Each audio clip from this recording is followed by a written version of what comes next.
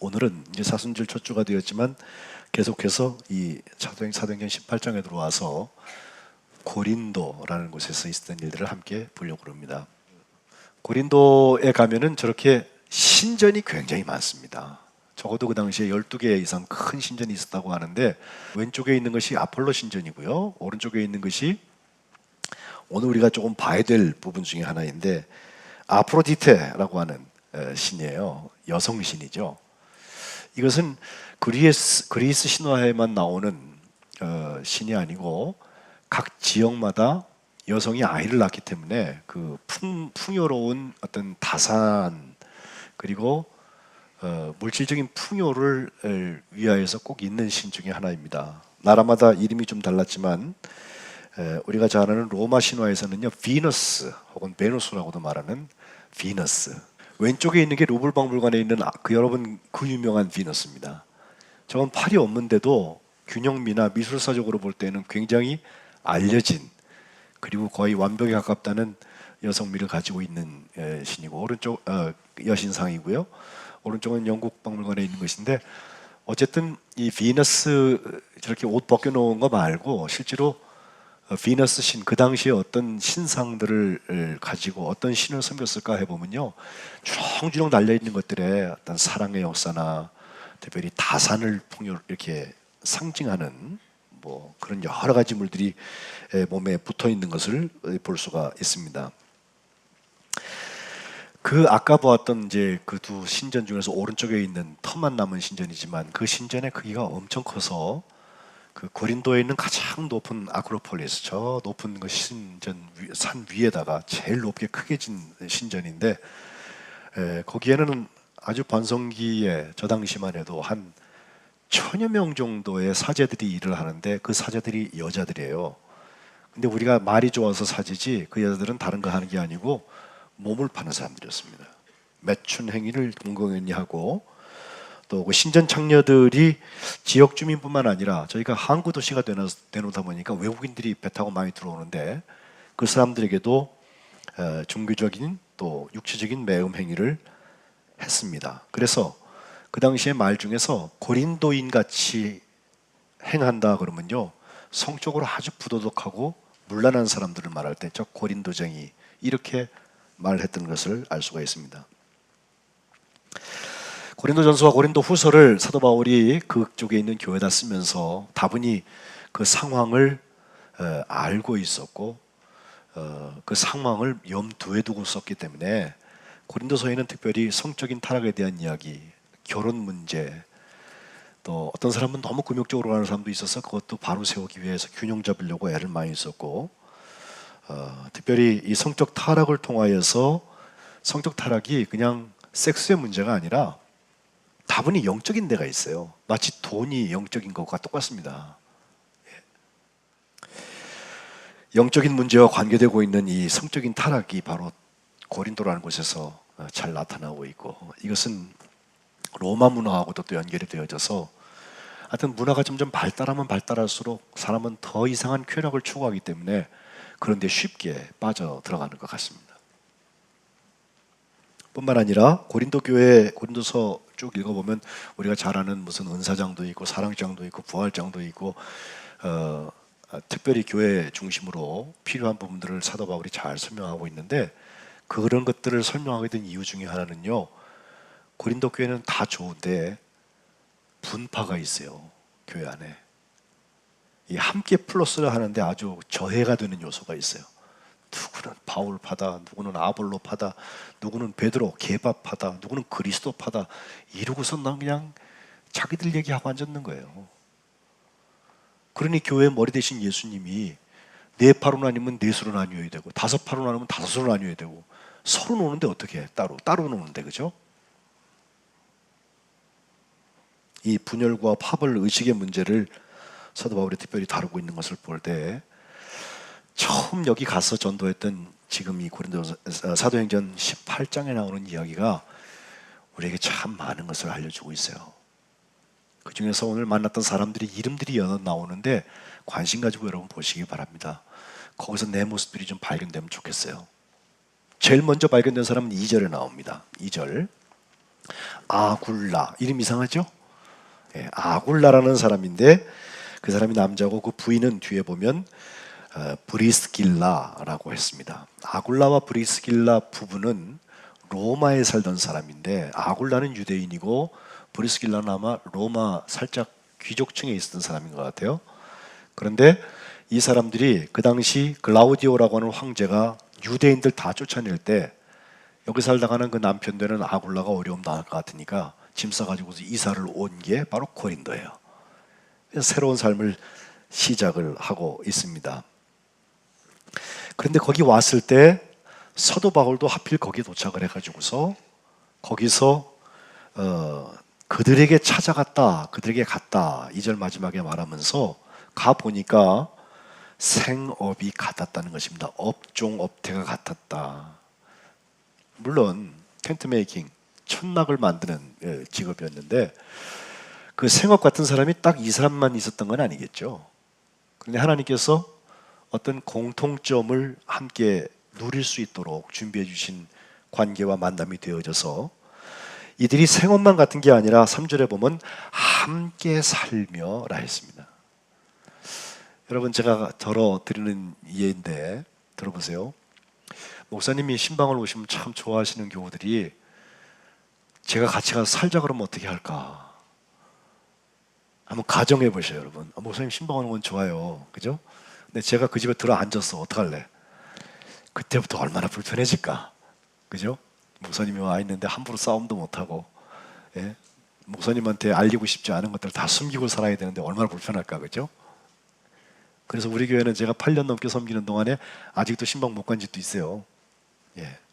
아마 그것 때문은 아니라 생각을 합니다만은 함께 사는 거예요, 사도 바울하고. 함께 살면서 3절에 보면 일을 하게 되는데 천막 만드는 것이었다 그랬습니다. 저는 이 아굴라와 브리스길라 그 부부와 사도 바울이 동업 관계였나, 돈을 같이 벌고 생업을 위해서 같이 일을 했던 사람이었을까, 그렇게 생각지 않습니다.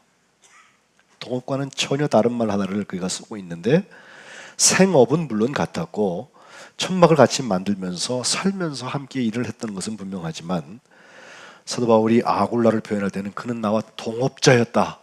같이 일해갖고 이익 생기면 함께 나눠 먹고 뭐 손해 보면은 헤어지고 뭐 이러는 정도의 사이가 아니라 그는 나와 함께 동역한 사람이라 이렇게 표현하고 있어요. 로마서 16장에 가보면요 3절에 이렇게 말합니다. 너희는 그리스도 예수 안에서 나의 동역자들인 브리스가와 아굴라, 여정부터 얘기했네요. 여기는 브리스길라와 아굴라 이 부부에게 문안해라 하면서 동역자라는 말을 하고 있어요. 그 동역자라는 말이 헬라어로 보면 시네르고스라고 그래서 에르고스, 에르곤, 일한다는 뜻이거든요. 근데 그 일이 단순히 소나 말이 일하는 그런 일이 아니고 또 돈 벌려고 하는 잡의 일이 아니라 주님께서 담아주신 마음이 있는 일이에요. 물론 우리가 시너지 말할 때 이 말을 써요. 근데 적어도 바울이 아굴라 부부를 생각하면서 말을 할 때는요, 그가 나의 동역자라고 말할 때는 동업하고는 다른 거예요. 교우들 사이에도 가끔 어떤 경제적인 도움들이 필요해서 뭐 돈을 좀 빌려드리기도 하고 서로 이렇게 융통해서 쓰는 관계들이 예전에 있었던 것을 제가 알아요. 근데 저는 그거 하지 말라고 그럽니다. 아예 줘버리든지 받을 마음이 없으면 꿔달라는 소리 하지 마세요. 내일 일을 모르잖아 우리가. 예? 돈 거래하는 거 아니에요. 주는 거 괜찮아요. 주는 거. 꿔줘서 이자 받고 이쯤 되면 그건 동역도 아니고 동업도 아니고 고리대금업입니다. 예. 바울과 아굴라가 하나는 사도고 하나는 거기 이사 온 사람이에요. 그러니 같이 살면서 같이 일을 했다고 할 때 저 사람은 말이에요 성직자인데 성직을 내려놓고 애를 써서 일을 했다. 요즘에 목사들도 그렇게 일하고 살아라 그렇게 얘기하는 거하고 굉장히 다릅니다. 이 둘은 같은 일을 하고 있지만 바라보고 있는 목표가 분명히 달랐고 결국은 아굴라는 계속해서 그 일하면서 살았는지 모르지만 물론 같이 나중에 여행도 합니다만은 사도 바울은 하려는 일이 천막 만드는 게 아니에요. 이방인들을 위해서 복음을 전하는 사도로 부름받은 거예요. 그러니 잠시 천막을 만들 수 있지만 천막 만들고 죽으려고 사도 바울이 이들 만난 건 아니란 말이죠. 파트너 읽은 말씀대로 하면 11절에 1년 6개월 동안 거기 있는 중에 벌써 이사를 가가지고 다른 데서 살면서 또 같이 일을 했을지 모르겠어요. 근데 1년 6개월 동안 고린도에서 복음을 전하고 여러 가지 일들을 경험하면서 동역했다는 거. 그리고 거기서 에베소를 거쳐서 가이사를 향해서 갈 때 에베소까지 함께 갔다는 거. 생각해보면 하나님께서 만들어진 짝들이라고 생각이 되는 것입니다. 제가 이 함께 한다고 하는 말씀이 얼마나 소중한 것인지 바로 어저께 그저께 우리가 구약 통독을 하면서 제가 방언을 하나 할게요. 여러분 절 좀 보세요.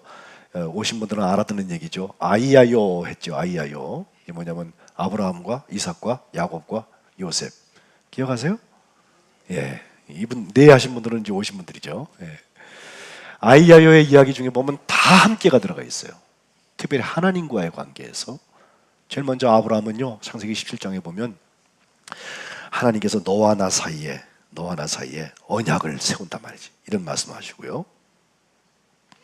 그 크게 번성하게 할 뿐만 아니라 너의 몸에서 내 아내를 통하여서 이제 하나님께서 후사를 세우신다. 이 100살 될 때까지 아이도 못 낳고 있잖아요. 근데 하나님께서 실제로 그 일을 이루시죠. 뿐만 아니라 언약만 두고 네가 믿으니까 된다 이 정도가 아니라 아예 난 네 하나님이 될게. 이건 함께도 심한 함께 관계를 말합니다. 그래서 그 일 때문에 아브라함은 믿음의 조상의 역할을 했다고 우리가 말할 수 있어요. 그런가 하면 이삭도요, 창세기 26장 24절에 보면 내 종 아브라함을 위하여 내가 너와 함께 있어 내게 복을 주어서 내 자손이 번성하게 하겠다. 이런 말씀을 친히 약속 말씀을 주셨고요. 야곱에 가면요, 야곱은 아예 베델에서 처음에 그 하란을 향해서 걸어갈 때 출발하던 그 나이, 여러분 제가 특별하게 말씀드렸어요. 한 70살 노인 됐다고. 그 출발하던 그때 28장 15절에 보면 내가 너와 함께 있어 내가 어디로 가든지 너를 지키겠다. 또 너를 이끌어서 이 땅으로 되돌아오게 할 것이다. 내가 네게 허락한 것을 다 이룰 때까지 난 너 떠나지 않는다. 하나님이 아예 그 약속을 주세요. 그리고 그거 붙들고서 20년 동안은 갔다 오게 되는데, 갔다 오면서 35장 3절에 가면 야곱이 자기 식솔들 확 늘어났잖아요. 부인이 4명에 아이가 12, 뭐 이렇게 되어 있고 소유도 많아졌는데, 그때 그가 하는 말, 베델로 올라가자 내 환난 날에 내게 응답하시고 내가 가는 길에서 나와 함께 하신 하나님께 내가 거기서 제단을 쌓으려 한단 말이죠. 그 준비 잔뜩 시켜서 버릴 거 버리고 옷까지 다 갈아입고 가서 거기서 하나님께 예배드리는 거죠. 요셉은 어땠습니까? 형제들의 시샘을 받아가지고 결국 팔려가서 억울한 일을 당하게 됐는데, 그 보디발의 집에 있을 때도요 분명히 그렇게 기록해요. 아예 형통하고 연결을 했는데 창세기 39장 2절에 보면 여호와께서 요셉과 함께 하셨단 말이죠. 그랬기 때문에 그가 형통한 자가 됐다. 그의 주인 애굽 사람의 집에 함께 있는 것도 이렇게 보면요, 애굽 사람 주인인 보디발이 하나님이 그와 함께 계시구나 이걸 알아볼 만큼 됐어요. 여호와께서 그의 범사에 형통하게 하신 것을 보디발도 보았다고 그랬어요. 다 맡기는 거죠. 그래서 미세스 보디발 때문에 문제가 생겨갖고 결국은 감옥에 들어가게 되는데, 감옥 속에서도요 하나님께서 요셉과 함께 하시고 또 그에게 인자까지 더해 주시니까 그를 지키고 그를 뭐 훈육도 하고 그에게 막 못되게 굴어야 될 간수장이 오히려 은혜를 받아가지고 그 옥중 죄수 모든 재반 사무를 죄수인 요셉한테 맡기는 거 아니에요. 이거는 있을 수 없는 일이에요. 근데 그렇게 됐다고 돼 있어. 맡겨놓은 다음에는 아예 살펴보지도 않았다고 그랬는데, 왜?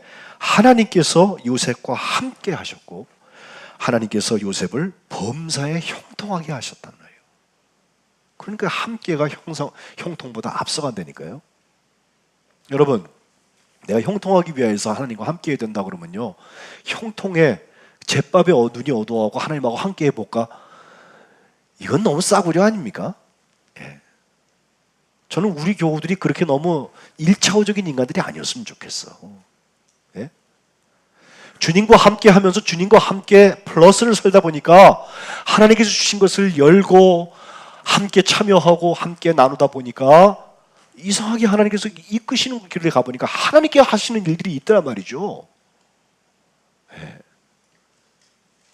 그 야곱의 고백대로 하면요, 하나님께서 여기 계시는데 내가 알지 못했구나, 그렇게 말하는 거예요. 그때 감사가 곱배기로 일어나는 거지. 내가 한 게 아니라 하나님께서 은혜로 하게 하셨구나. 영적인 도약이 일어날 수 있습니다. 이런 걸 다른 말로 할 때 기적이 일어났다고 말하는 거예요. 바로 이 함께의 주인공이었던 사람이 저는 아굴라와 브리스길라였다고 생각을 합니다. 뿐만 아니라 그들은 집이 교회였던 사람이었어요. 우리 김기현 목사님하고 저하고는 집이 교회가 뭔지 그걸 잘 알아요. 아버지가 목사님이라서. 예. 여러분 집에 교회가 있어 보셨습니까? 얼마나 불편한 줄 아세요? 저는 교회에서 오래 살았어요. 교회 안에, 뜰 안에, 아니 교회 건물 안에 살았어요. 그런데 그 불편한 것이 저를 목사가 되게 하는데 큰 도움을 줬어요.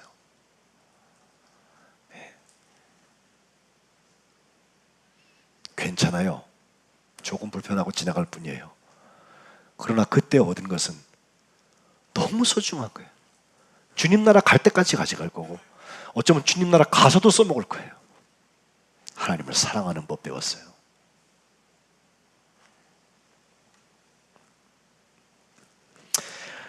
아굴라와 브리스길라를 얘기할 때는 꼭 그의 집에 있는 교회에 안부한다 사도 바울이 인사하는데, 여러분 우리들의 가정이 교회처럼 거룩해지고 하나님의 일터가 되고 주님이 머리가 되시고 몸된 교회 역사를 우리 가정들에도 이루시기를 주님의 이름으로 축복합니다.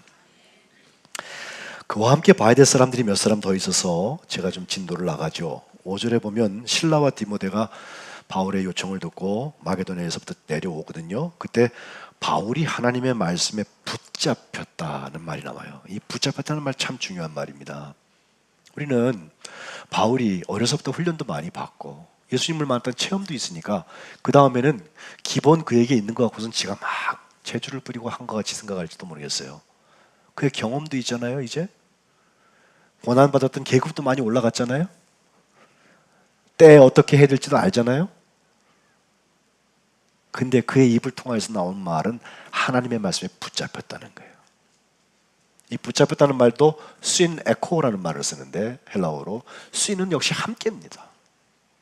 에코, 홀드했다는 거예요. 그래서 하나님의 말씀이 그걸 꽉 붙잡아 주니까 하나님의 말씀에 붙들림을 받아서 하나님의 말씀과 함께 붙들린 상태로 이야기하는 거예요. 그의 판단이나 능력은 많이 적어져야 그게 가능합니다. 그 상태에서 한 말은 간단해요. 유대인들을 향하여서 예수님이 그리스도라고. 하나님께서 이스라엘 백성을 구원하기 위해 준비하셨던 유대인들이 그 믿으니까 메시아 그분, 기름 부음 받은 그분이 바로 예수님이라고. 이것을 밝히 증언했던 것입니다. 놀라운 것은 이렇게 복된 소식을 전하는데도 유대인들이 늘 그것을 귀하게 듣고 그래? 한 번 더 들어보거나 아니면 거기에 마음을 열려고 하지 않냐고 오픈부터 막혀요. 오히려 6절에 보면 대적하고 비방해서 간축거리기 시작하고 신뢰하지 않습니다. 말꼬리 잡으려고 합니다. 그때 바울은 자기의 옷을 털면서 하는 말이 너희 피는 너희 머리로 돌아간다. 나는 깨끗하다. 이제 이후로 나는 이방인에게 간다고 선언하고 움직여요. 가보면 주님께서 준비한 사람들이 또 있습니다.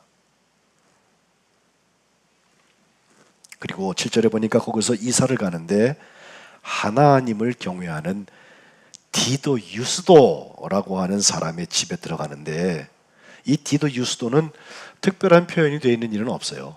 근데 이 사람이 했던 일 중에 이 사람에게서 특별한 이유로 이 사람의 이름이 나와야 될 만한 이유 하나는 바로 그 사람의 집 옆에 회당, 유대인들이 종교 행사를 하는 우리 교회와 같은 기관이 있었는데, 회당 옆에 살았는데 그 회당장 8절에 그리스보라는 사람이 나와요. 그리스보. 예? 이 사람이 하나님께서 구원의 역사를 이루시는데 쓰임을 받았던 사람이에요. 8절 한번 다 같이 읽읍시다, 여러분. 또 회당장 그리스보가 온 집안과 더불어 주를 믿으며 수많은 고린도 사람도 듣고 믿어 세례를 받으니라. 아멘. 그래요. 여기 더불어라는 말이 있죠. 그게 쓴 함께입니다. 그리스보는 유대 종교의 지도자라고 말할 수도 있어요.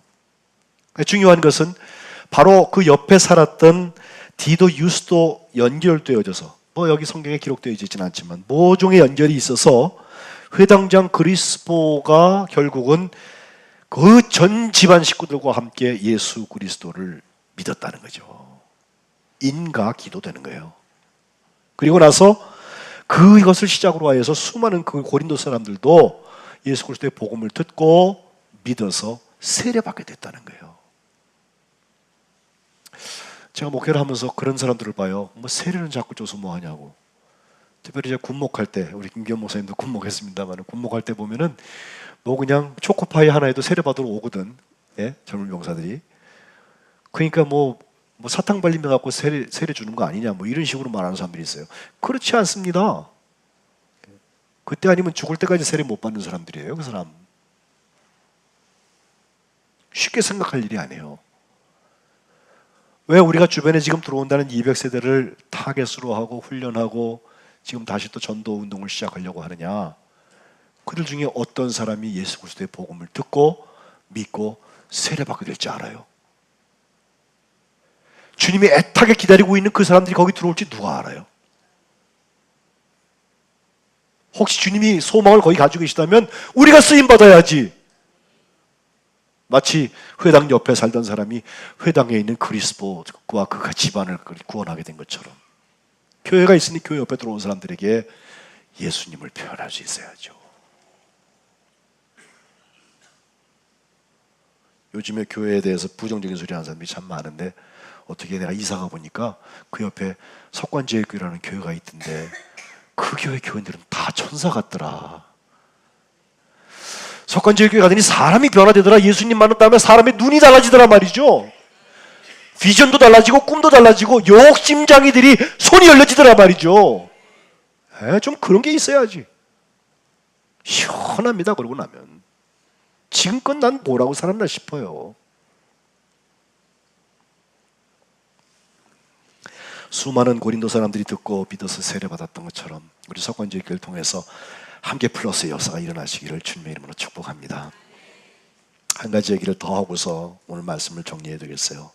그러고 났더니 9절부터 밤에 주님께서 환상 가운데 바울한테 하신 말씀이 있어요. 이건 굉장히 주관적인 경험 같아요. 밤에 자고 있는데 환상 중에 바울한테 말씀하셨으니까. 그런데 성경이 특별히 기록하고 있는 데 분명한 이유가 있어요. 여러분, 지금 고린도가 맨 땅이거든요. 이제 전도가 시작되는 곳이거든요.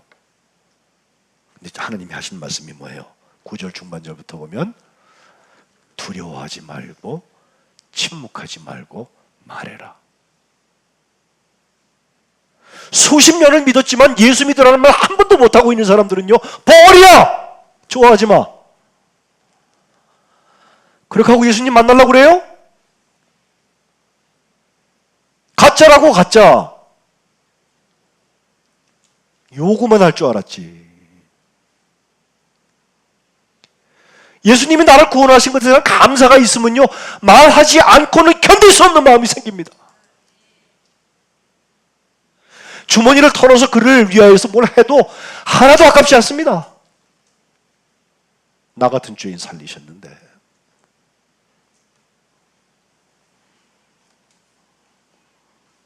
왜 두려워하지 말고 침묵하지 말고 말해야 되나? 10절 다 같이 읽읍시다. 시작. 내가 너와 함께 있음에 어떤 사람도 너를 대적하여 해롭게 할 자가 없을 것이니 이는 이 성중에 내 백성이 많음이라 하시니라. 아멘. 그래요. 내 눈에 아직 안 보여요. 아직 몰라요. 지금 맨 땅에 갔어요. 내가 우리 선교사님 쿠바요 열린 지 얼마 안 돼요. 지금 왔다 갔다만도 가서 아직 종교적인 행사하는 건 어렵다고 하죠. 그러나 그건 우리가 보고 정부가 파악하고 있는 거지 하나님이 만들어 놓으신 비밀 병기는 어디 있을지 몰라요. 거기 가서 기도하다가 주님께 주시는 마음에 이 성중에 내 백성이 많다.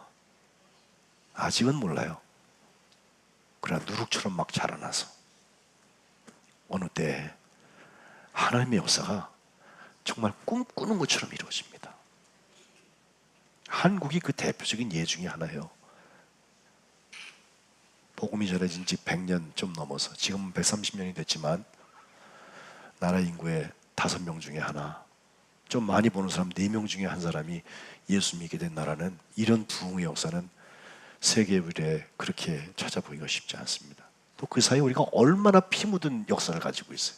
전쟁도 나고 나라를 뺏기기도 하고 민주화한다고 아파받고 그런데도 복음 역사는 계속됐어요. 오히려 그때는 복음의 지식이 넓어지고 구원받는 자의 수가 늘어났는데 지금 살만하다고 하니까 무슨 세계 메디 자꾸 이런 거 얘기하고 시작을 하니까 그 다음부터는 푹 꺼져가지고 그리스도인들 동공이 다 풀려버렸어요. 예수 위해서 죽으려고 안 해.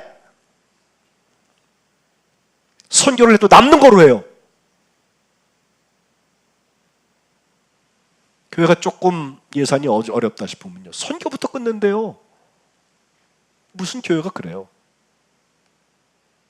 우리가 굶더라도 선교는 해야지.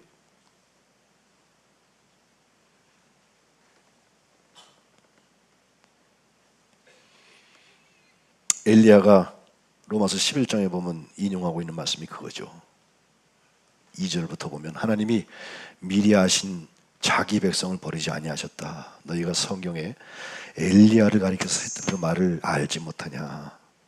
엘리야가 이스라엘을 하나님께 고발했다고 그랬는데 주여 그들이 우리 주의 선지자들을 죽였습니다. 주의 제단들을 헐어버렸습니다. 이제 나 혼자 남았습니다. 내 목숨도 찾습니다. 왕비 이세벨이가요 죽이려고 지금 눈을 부릅뜨고선 수배령 내리고 쫓아다니고 그래요. 왜? 가뭄이 3년이 계속됐는데 나라는 우상을 섬기고 있고 그래갖고 대결을 했잖아요. 갈멜산에서. 나는 살아계신 하나님께서 응답하시고 이 모든 것을 이루시는 분인지를 확실히 믿는단 말이죠. 그렇지 않은 사람 다 절로 가라 해가지고 바알의 선지자 450명, 아세라 400명 다 그쪽에 모여 있습니다. 국가 종교입니다. 이세벨이 그 뒤에 있거든. 근데 2개의 제단을 놓고서 하나님께서 불 내려달라고 기도했는데 엘리야 한 사람이 있는 곳에 불의 역사가 나타나잖아요. 그러고 나서 기손시대에 데려가가지고서는 450명 그 거짓 선지자들 다 죽였는데 그거 죽였다는 보고를 듣고 나서 이세벨이가 내가 진짜 요즘 말로 우리 한국말 사람들 잘 아는 말로 내 손에 장을 지진다 그러면서 죽여버리겠다고 그랬어요. 도망갔습니다.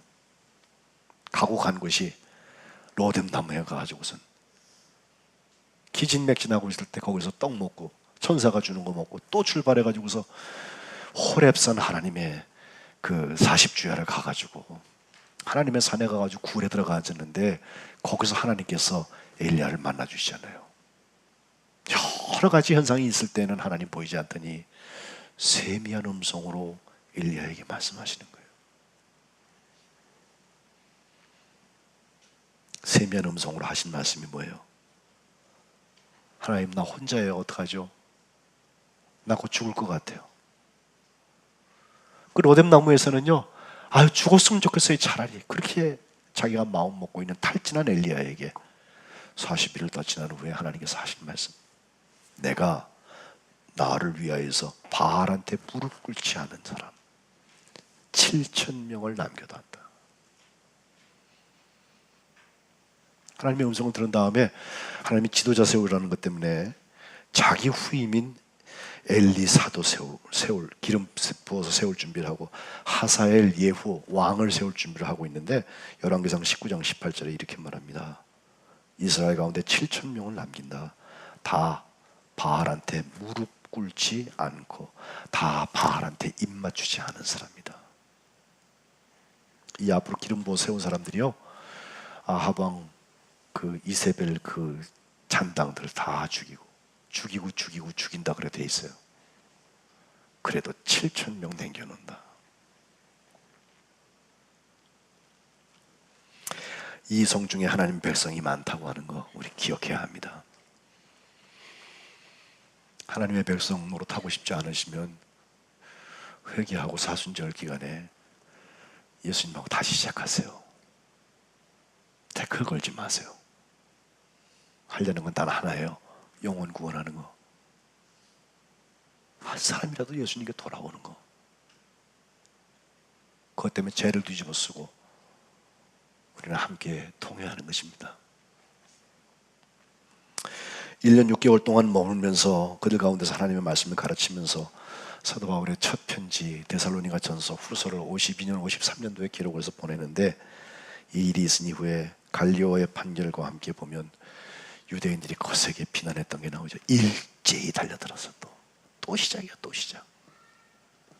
어떻게 가르쳐주지 않아도 그렇게 잘 만나나 몰라. 자기들 호흡이 너무 잘 맞아 이 사람들. 예. 율법을 어기면서 하나님을 경외하라고 사람들을 권한다. 있지도 않은 말을 해요. 오히려 갈리오를 통하여서 판결된 것을 보면 이게 무슨 부정한 일이거나 불량한 행동이었으면 내가 너희 말 들어주고 판결을 해야 맞지만, 15절에 이 문제가 언어, 명칭, 너희 법에 관한 거라면 니들이 알아서 하라고 그래요. 그래가지고 괜히 엄한 회당장 소스된 애가 붙들려가지고서 거기서 매맞죠. 그러나 그 결과는 무엇입니까? 아까 말씀드렸던 제일 처음에 나온 사람 브리스길라와 아굴라 부부와 함께 바울은 갱그리아항 거기서 머리를 깎고 그 다음에 에베소 쪽으로 가는 거예요. 그리고 제3차 전도 여행이 다시 시작이 돼요.